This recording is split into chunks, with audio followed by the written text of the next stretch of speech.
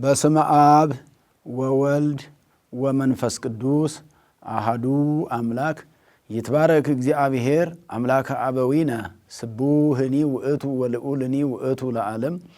የተወደዳችሁና የተከበራችሁ የእግዚአብሔር ቤተሰቦች አባቶች፣ እናቶች፣ ወንድሞችና እህቶች እንዲሁም ሕፃናት ሁላችሁም በእግዚአብሔር ስም እንደምን ሰነበታችሁ?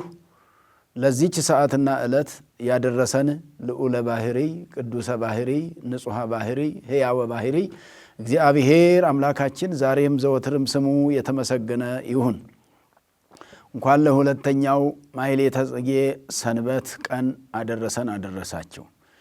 የሁለተኛው ሳምንት ማሕሌተ ጽጌ በዚህ በ2018 ዓመተ ምህረት ዘመነ ማርቆስ በዘንድሮ ማለት ነው በ9 ነው ጥቅምት 9 ቀን እሁድ ያለፈው ሰንበቱ 2 ስለነበረ ሐዋርያው ታዴዎስ ነው።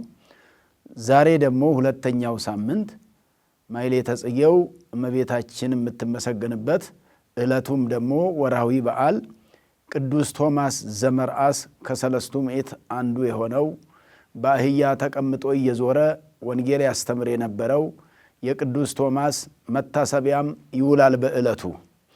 እንግዲህ ከዚህ ጋር አያይዘን የዕለቱ የዚህ ሰንበት የቅዱስ ያሬድ የሰንበቱ መዝሙር ኪነጥበቡ መንክር ወእጹብ ይባላል። እሱ ነው የሚባለው። ኪነጥበቡ መንክር ወእጹብ ለዛሃሎ መልዕልተ አርያም ማለት ከሰማይ በላይ ያለ ማለት ነው።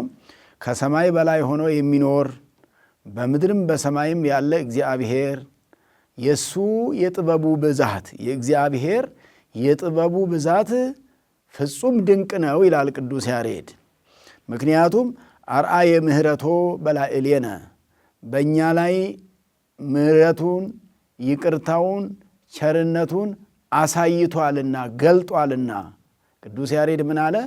እግዚአብሔር በእኛ ላይ ምህረቱን ቸርነቱን ስለገለጠ የጥበቡ ብልሃት 22ቱን ስነ ፍጥረት የፈጠረበት ጥበቡ ረቂቅ ነው፣ ድንቅ ነው። እግዚአብሔር በፈጠራቸው ፍጥረታት ምክንያት ይመሰገናል፣ ይደነቃል። በእኛም ላይ ምህረቱን አሳየ አርአየ ምህረቶ በላዕሌነ ይልና አዝማቹን አሁንም ኪነ ጥበቡ እያለ ይላል። ዘከለሎ ለሰማይ በከዋክብት ብሩህ ይላል። ድጓው ብሩሃን ይባላል። ደግሞ ዘይቤውን ለመጠበቅ እንግዲህ አንድና ብዙ የሚባለውን ለመጠበቅ ብሩሃን፣ እንዲሁ በዜማ ደግሞ ብሩህ ተብሎ ይዜማልና መጽሐፍ ምስጢር እንጂ ዘይቤ አይጠነቅቅም፣ አንድና ብዙ አይጠነቅቅም ተብሎ ነው የሚነገርለት። ከመጽሐፉ ክፍል ይሄ ቅዱስ ያሬድም መዝሙሩ ድርሰቱ ድጓው ከዛ ነው የሚመደበውና ድጓም መጽሐፍ ስለሆነ ምስጢር ነው የሚጠነቅቀው እንጂ ዘይቤውን አንድና ብዙውን አንዳንድ ጊዜ ሩቅና ቅርቡን በደንብ ላይ ጠነቅቅ ይችላል። መላሾች መምህራን የሚያስፈልጉት አመስጣሪዎች የሚያመሰጥሩ ንባብ የሚያስተካክሉ ትርጓሜ የሚያስተካክሉ ምስጢር የሚያደላድሉ መምህራን የሚያስፈልጉት ለዚህ ነው። መጽሐፍ ብቻውን ያው ከመጽሐፍ ወደ መጽሐፍ ከቋንቋ ወደ ቋንቋ ወደ በተተረጎመ ቁጥር የሆነ ነገር እየቀረው ስለሚሄድ ማለት ነው። ስለዚህ ብሩሃን ሲባል በከዋክብት ሰማይን ያስጌጠ እግዚአብሔር ይላል ቅዱስ ያሬድ። ሰማይን የጋረደ ሰማይን ያከበረ ሰማይን የሸፈነ እግዚአብሔር ሰማያትን ወይንም ሰማይን በከዋክብት ነው ያስጌጠው። ወደ ላይ ቀና ብለን ሌሊቱ ላይ ስንመለከት ሰማዩ ከዋክብትን ለብሶ ያውም ብርሃን ያላቸው ከዋክብት ብርሃን የሌላቸው ከዋክብት ስላሉ ብርሃን ያላቸው ከዋክብት አሉ። ልከዋን አሉ። ልከዋን ማለት ብርሃን በትክክል የሌላቸውና ብርሃናቸው የሚበልጥ ደግሞ አሉ ይላል። እግዚአብሔር ለይኩን ብርሃን ብሎ ዓለምን በፈጠረ ጊዜ ብርሃንን በፈጠረ ጊዜ ለይኩን ተብሎ ከተፈጠረው ብርሃን ላይ 7 እጅ ነው ያለው። ያ ብርሃን ከ7ቱ እጅ 3ቱን እጅ ለፀሐይ ሰጥቶ ፀሐይ በጣም ይበራል። 2ቱን እጅ ደግሞ ለጨረቃ 5 ይሆናል። አንዱን እጅ ለከዋክብት፣ አንዱን እጅ ለደመናት። እንዲህ ነው የሚያከፋፍላቸው ብርሃኑንና እመቤታችን ጽጌ ትባላለች። በባለፈው ሳምንት እንደተማርነው ጌታም ጽጌ ይባላል። በባለፈው ሳምንት ተምረናል። ይሄን አለና ወሰርዐ ሰንበተ ለነባሪ ያይልፉ ባቲ እንደው በግዞት የሚኖሩ በድካም የሚኖሩ በልፋት የሚኖሩ ሁሉ ያርፉባት ዘንድ የኦሪት ሰንበት ቅዳሜን ሰራ ይላል። የአዲስ ኪዳን ሰንበት ደግሞ በሲኦል በግዞት የኖሩት ያርፉባት ዘንድ ሰንበተ ክርስቲያን እሁድ ተፈጠረች። አሁን እቺ ዛሬ መዝሙር የምንቆምባት፣ ማህሌት የምንቆምባት፣ እግዚአብሔርን የምናመሰግንባት፣ ቅዳሴ የምናስቀድስባት፣ የምንቀደስባት፣ ወንጌል የምንማርባት፣ ስለ ነፍሳችን የምናስብባት፣ የነፍሳችንን ነገር አስበን ከእግዚአብሔር ጋር የምንነጋገርባት እቺ ሰንበተ ክርስቲያንን እግዚአብሔር ለእኛ ለእረፍት በነፍሳችን ያሳርፈን ዘንድ ከመከራ ያሳርፈን ዘንድ ከሲኦል ያሳርፈን ዘንድ እቺን ሰንበት ሰራት፣ ትንሣኤውንም ገለጠባት፣ ለእኛም ድነትን ሰጠባት ነው። ይሄን ነው ለማለት የፈለገው። መዓዛሆሙ ለቅዱሳን የቅዱሳን መዓዛቸው ኢየሱስ ክርስቶስ ወይንም እግዚአብሔር አምላክ ከመጽጌ ደንገሉላት የሱፍ አበባ እንደ ሱፍ አበባ በምድረ በዳ እንዳለ አበባ እንደ አበባ ያማረ ነው። መዓዛሆሙ ለቅዱሳን የቅዱሳን መዓዛቸው የሚሆን ኢየሱስ ክርስቶስ ነው አንዱ። ሌላው ደግሞ የቅዱሳን መዓዛ ማለት የቅዱሳን ምልጃቸው፣ የቅዱሳን ጸሎታቸው፣ የቅዱሳን በረከታቸው እንደ አበባ ያማረ ነው። ከዛ መጨረሻው ላይ ጸገዩ ቀንሞስ ምስለ ናርዶስ። ቀንሞስ ማለት የአበባ ስም ነው፣ ሽቱነት ያለው አበባ ነው።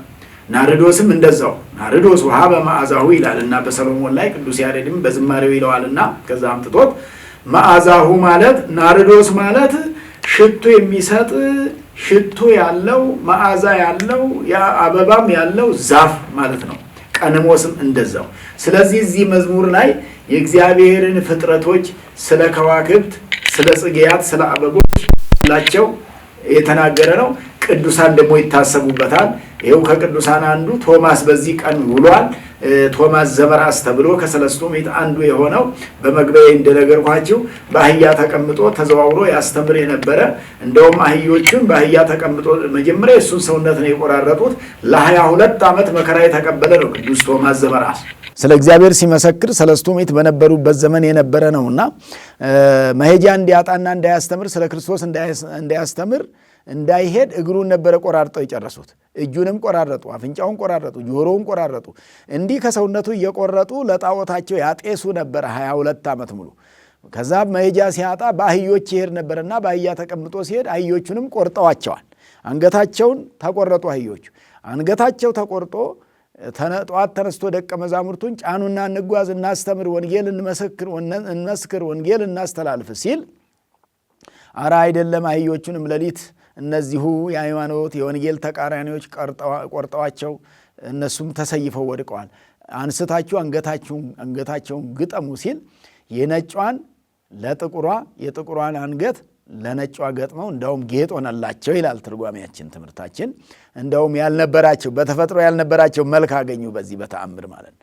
አንደኛ አንገታቸው ከሞቱ በኋላ አህዮች መነሳታቸው፣ እንደገና ደግሞ የቀይቷ ለጥቁሯ የጥቁር ለቀይዋ መሆኑ ሌላ ጌጦ ናቸው ተብሎ እንግዲህ ማብራሪያ ይሰጥበታል።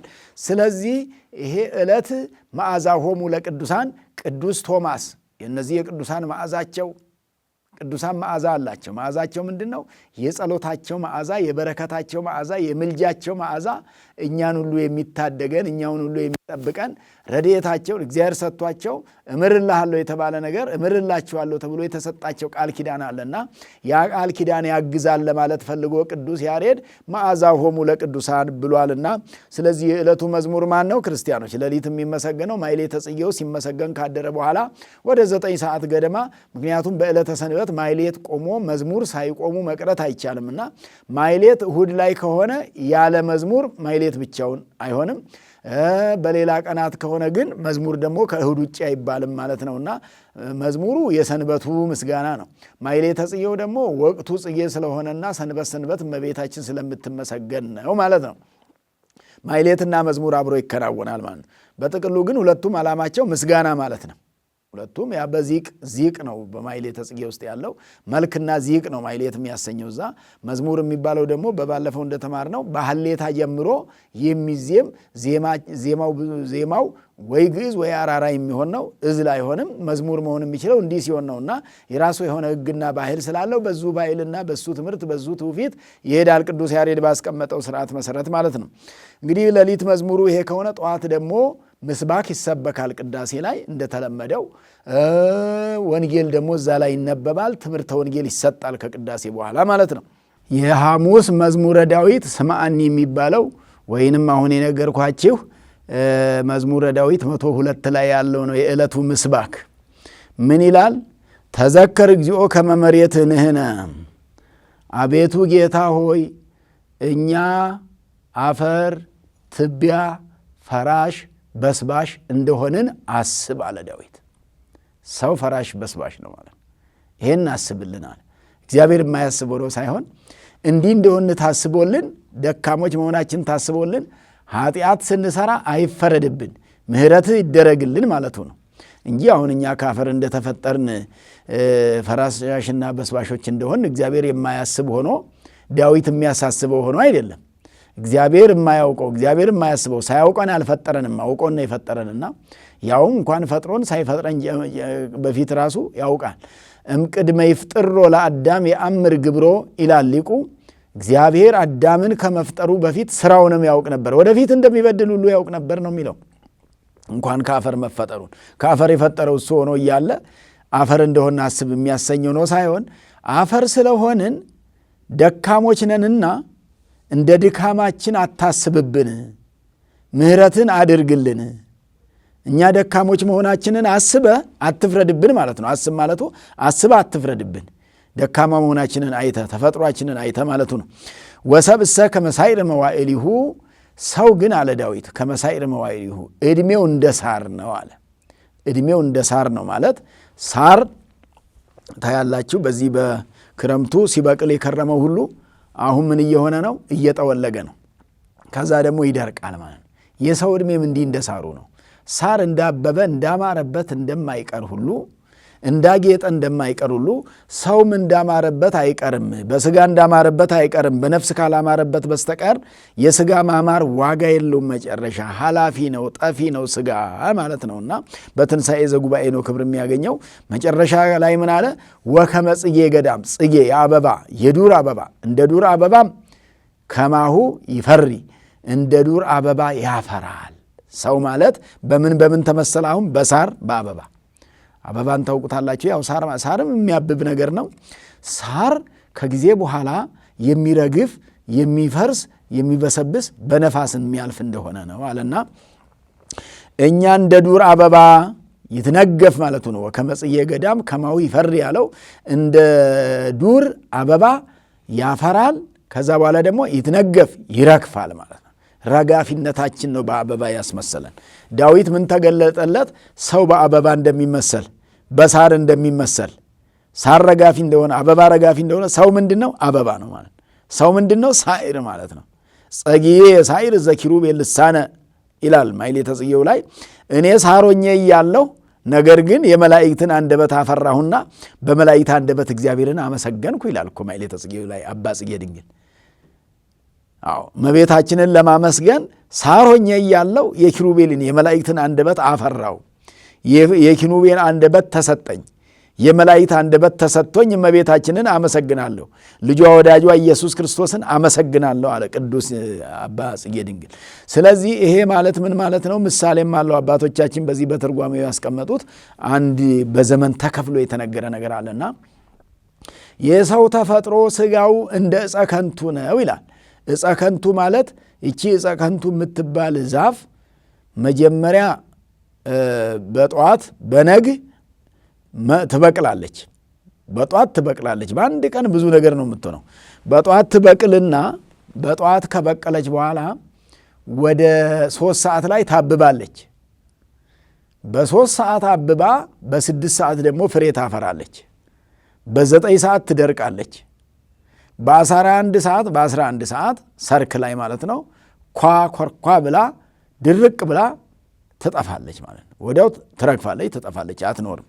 ይሄም በ5ቱ ጊዜያት የተመሰለው እቺ ዕፅ እቺ ዛፍ እንደ መብቀሏ ሰውም መፈጠሩን ያመለክታል። በጠዋት እንደ በቀለች ሰውም ይወለዳል ማለት ነው፣ መወለዱን ያመለክታል። እንደገና ደግሞ በ3 ሰዓት እንደ ማበቧ ሰውም ምን ይላል ማለት ነው? ማበቧ ማደጉን ያሳያል። በ3 ሰዓት እሷ እንዳበበች ሰውም ምን ይሆናል ማለት ነው? ያድጋል ማለት ነው። ያድጋል ማለት ነው። በ6 ሰዓት ፍሬ እንደማፍራቷ ሰውም እድሜው ሲደርስ እንግዲህ ለአቅመ አዳም ለአቅመ ሔዋን ሲደርሱ ፍሬ እንደማፍራት ምን ይሆናል ማለት ነው? ቤት ንብረት ኑሮ መስርቶ መኖሩን ያመለክታል። የ6 ሰዓቱ ማለት በ6 ሰዓት ላይ እንደምታፈራ ማለት በ9 ሰዓት እንደምትደርቅ ሰውም ደግሞ ያረጃል ማለት ነው። ቤት ንብረት ይዞ ኑሮ ይዞ ከኖረ በኋላ ምን ይሆናል መጨረሻ ላይ? ያው ያረጃል አይቀርማ። ከቆየ በምድር ላይ ከቆየና በሕይወት ከቆየ 9 ሰዓት ያችን እንደደረቀች ሁሉ እሱም ምን ይሆናል? ያረጃል ማለት ነው። በ11 ሰዓት ደግሞ ኳኮርኳ ብላ፣ ይሄ ትርጓሜው ንግግር ነውና ደርቃ ማለት ነው። ፈጽሞ ደርቃ ረግፋ ትጠፋለች አለ። ሰውም ከዛ በኋላ ካረጀ በኋላ ምን ይሆናል ማለት ነው? ያ እንደ ልቡ ይሮጥ የነበረው መራመድ ያቅተዋል፣ መናገር ያቅተዋል፣ መብላት ያቅተዋል፣ መጠጣት ያቅተዋል። አቅቶት የማያውቀው የነበረ እስከዛሬ በልጅነቱ ምናልባት መስራት በስንፍና ብዛት አቅቶት ይሆናል እንጂ መብላት አያቅተውም ነበርና የማያቅተው የነበረ መብላት እንኳን ያቅተዋል።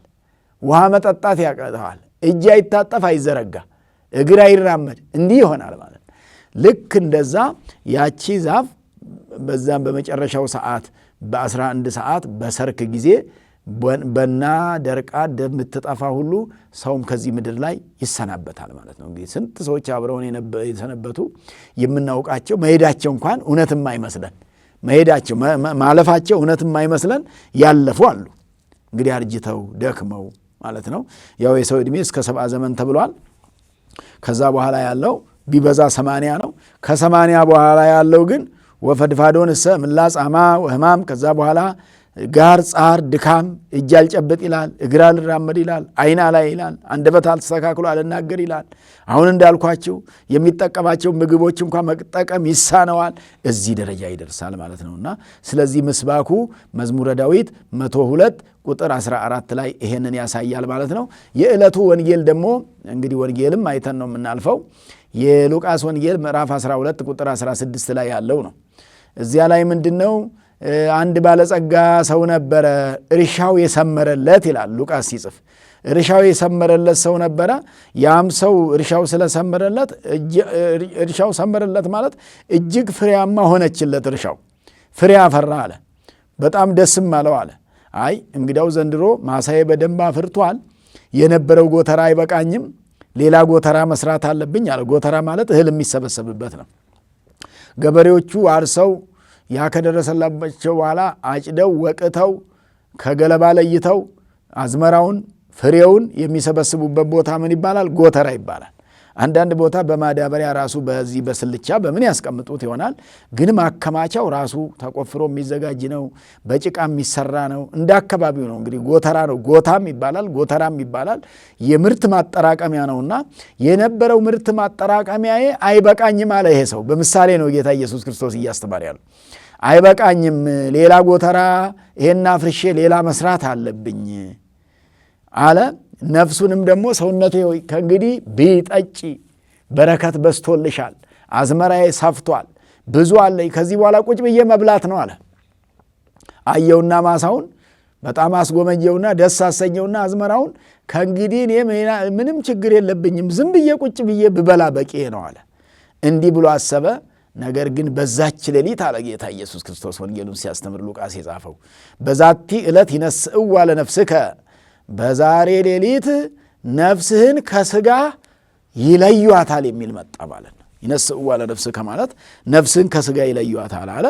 እንግዲህ ስለዚህ ይሄን ምሳሌ ተናገረና ጌታ ኢየሱስ ክርስቶስ ምንድን ያለው? በረከት በስቶልሻል፣ በረከት ተከማችቶልሻል ብሏት ነበረ። ነፍሱን ለብዙ ዘመንም ብይ ብሏት ነበረ። ነገር ግን እንደማይሆንና ነፍሱን እንደሚወስዱ ነገረ። በምሳሌ አስተማረ ጌታ ኢየሱስ ክርስቶስ። ለራሱ የሚያከማች በእግዚአብሔር ዘንድ ባለጸጋ ያልሆነ እንዲህ ነው አለ። ለራሱ ይሄ ሰውዬ እግዚአብሔርን ሐሳብ አላሰበም፣ ሞትን አላሰበም፣ ማለፍን አላሰበም። በዚህ ምድር ላይ መኖርን ብቻ ነው ያሰበው። ችግር ተቃሏል፣ ከእንግዲህ ተደስቼ እኖራለሁ ነው። ሞት አለ እኮ። ችግሩ ሲቀረፍ ደግሞ ሌላ ችግር አለ ማለት ነው። ሞት የሚሉት ችግር ይቀጥላል ማለት ነው። ሰው ከዚህ ምድር ተሰናብቶ ከእግዚአብሔር ጋር ሲኖር ብቻ መንግሥተ ሰማያት ብቻ ነው የመጨረሻው ነገር። ከዛ በኋላ ችግር የማይገጥመው እንጂ እስከዛ ድረስ ያሉ ጉዞዎች ሁሉ በየቦታቸው በየፌርማታው እንደማለት ነውና መኪና በየፌርማታው እንደሚቆመው ሁሉ በየሆነ ቦታ ችግሮች አሉ እየታለፈ ካልተሄደ በስተቀር ችግሮች ያጋጥማሉና ይሄም ሰው ምሳሌ ነው ታለ። ባለጸጋ የተባለ አዳም ነው። አዳምን እግዚአብሔር ሲፈጥረው ባለጸጋ አድርጎ በገነት እንዲኖር በልጅነት አክብሮ በልጅነት አክብሮ ከሰማይ በታች ከምድር በላይ ከአንዲት ዕፀ በለስ በላይ በቀር ብላ፣ ጠጣ፣ ግዛ፣ ንዳ ብሎ ሰጥቶታል ማለት። አዳምም እንግዲህ የጸጋ አምላክነት ተሰጥቶት የባሕርይ አምላክነትን ተመኘ ማለት ነው። ይሄ ሰውዬ ዝም ብሎ ቁጭ ብሎ መብላትን እንደተመኘ ሁሉ ከእንግዲህ መስራት የለብኝም እንዳለው ሁሉ አዳምም ከእንግዲህ እኔ የጸጋ አምላክነት አይበቃኝም የባሕርይ አምላክነት ያስፈልገኛል ብሎ ሌላ ምኞት ውስጥ ገባ ማለት። የባሕርይ አምላክነትን ሲመኝ ግን ምን መጣበት? ሞት መጣበት። በዛቲ ዕለት ይነስእዋ ለነፍስከ፣ ነፍስህን ካንተ ይለዩአታል አለ። ነፍስህ ካንተ ትለያለች የሚል መልእክት አስተላለፈለት ማለት ነው። ስለዚህ እንግዲህ ወገኖቼ ከዚህ ወንጌል ላይ የምንማረው ቅድምም ከምስባኩ ላይ የምንማረው የሰውን ኃላፊነት ነው። ኃላፊ ማለት ይሄ መሞቱን ሰው ኃላፊ ፈራሽ በስባሽ መሆኑን ነው። እስከሚፈርስና እስከሚበሰብስ ግን ቀድሞ መልካም ሥራ መስራት ይጠበቅበታል። መልካም ሥራ ማለት ደግሞ መጾም፣ መጸለይ፣ መስገድ፣ እግዚአብሔርን በጸሎት ማነጋገር፣ ማስቀደስ፣ የትሩፋት ሥራዎችን መስራት፣ ካህን ከሆነ በትክክል እግዚአብሔርን ማገለገል፣ ሕዝበ ክርስቲያንን ማገልገል፣ ማስተማር፣ ማቁረብ፣ መቀደስ፣ ማወደስ፣ ማይሌት መቆም፣ ሰዓታት መቆም። እኛ እግዚአብሔርን ልናገለግል ነው ወደዚህ ምድር የመጣ ነው። ወደዚህ ምድር የመጣ ነው እግዚአብሔርን ልናገለግል እንጂ ዝም ብለን አልመጣንም። እግዚአብሔር ያለ ምክንያት ወደዚህ አልመጣንም። በባለፈም እንደተማርነው ምክንያት አለው እኛን ወደዚህ ዓለም ያመጣበት ምክንያት፣ ስሙን እንድንቀድስ ክብሩን እንድንወርስ። ለዚህ ነው ታስቦ የተመጣው እንጂ ያለ ምክንያት አልመጣንም። እንደው ኖረን ቆይተን ተመልሰን እንድንሄድ አልተፈጠርንም። ትንሽ ቆይተው ይመለሱ ተብሎ አልመጣንም። ትንሽ ይህን ዓለም አይተውት ይመለሱ አይደለም። እዚህ ሆነን ስሙን እየቀደስን ክብሩን ለመውረስ መዘጋጀት እንድንችል ነው። ስሙን እየቀደስን በጎ ነገር እየሰራን በምንሰራቸው በጎ ነገሮችና መልካም ነገሮች እግዚአብሔርን እንድናመልክና ከዚያም ደግሞ እግዚአብሔር የለፋንበትም የደከምንበትን ስጠን ያልነውን ስጋውን በልተን ደሙን ጠጥተን የምንማጸነውን መንግሥተ ሰማያትን ይሰጠን ዘንድ ነው ማለት ነው። ስለዚህ ለመንግሥተ ሰማያት ነው ራሳችን እዚህ የምናዘጋጀው። እዚህ ምድር ላይ ቆይታው የመዘጋጃ ቦታ ነው። ይሄ ምድር ለመንግሥተ ሰማያት የምንዘጋጅበት ቦታ ነው። መጥተናል። ባንመጣ ግድ የለም ነበር። ከመጣን ዘንድ ደግሞ ለመንግሥተ ሰማያት የሚያበቃንን ሥራ የምንሰራበት ቦታ ነው። ይሄ ለመንግሥተ ሰማያት የሚያበቃንን ሥራ ለመስራት የምንተጋበት የማንዳከምበት። ምንድን ያለው እዚህ ወንጌል ላይ ከእግዚአብሔር ጋር ያላከማቸ ባለጸጋ እንዲህ ነው አለ። እግዚአብሔር ጋር ያላከማችሁ ሰዎች፣ እግዚአብሔር ጋር በጸሎት ያላከማችሁ፣ በመንፈሳዊ ፍቅር መንፈሳዊነታቸውን አጠንክረው በእግዚአብሔር ዘንድ መልካም ነገር ያላከማችሁ ሰዎች ባዶ ናቸው። መልካም ነገር ካላመከማቸን ባዶነት ነው መጨረሻው የሚገጥመን።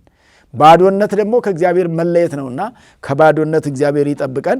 ሁለተኛ ሳምንት ማሕሌተ ጽጌ ነውና በማሕሌተ ጽጌ የምታድሩ ምእመናን ማሕሌተ ጽጌውን ስትሳተፉ አብራችሁ በምትችሉት እግዚአብሔርን ስታመሰግኑ ጧፍ ስታበሩ እንዘ ታቅፍዮ ለሕፃንኪ ጽጌ ጻዕዳ ወቀይ ተብሎ እመቤታችን ልጇን ታቅፋ ከፊታችሁ እየሄደች አብራችሁ ቤተ መቅደስ ስትዞሩ እግዚአብሔርን ስታመሰግኑ ያ ዑደቱ ወደ ሰማይ ጉዞ ነው። ወደ ሰማይ የምንጓዝበት ምልክት ነው።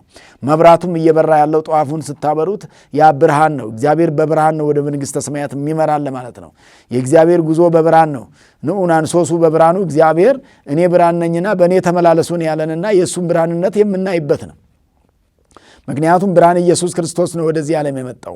ብርሃን ኢየሱስ ክርስቶስን ዓለም እያሳደደው እንደነበረ እመቤታችንም ልጇን ይዛ እንደተሰደደች አባ ሕርያቆስም እንደተናገረ በወንጌሉም እንደተማር ነው በማቴዎስ ወንጌል ምዕራፍ 2 ከቁጥር 13 ጀምሮ ስለ ስደቱ መልአኩ ለቅዱስ ዮሴፍ በሕልም ነግሮ ተነስ ሕፃኑንና ብላቴናውን ይዘ ወደ ግብፅ ሽሽ፣ ሕፃኑን ሄሮድስ ሊገለው ይፈልጋልና እስከምነግር ጊዜ ድረስም በዚያ ኑር አለው።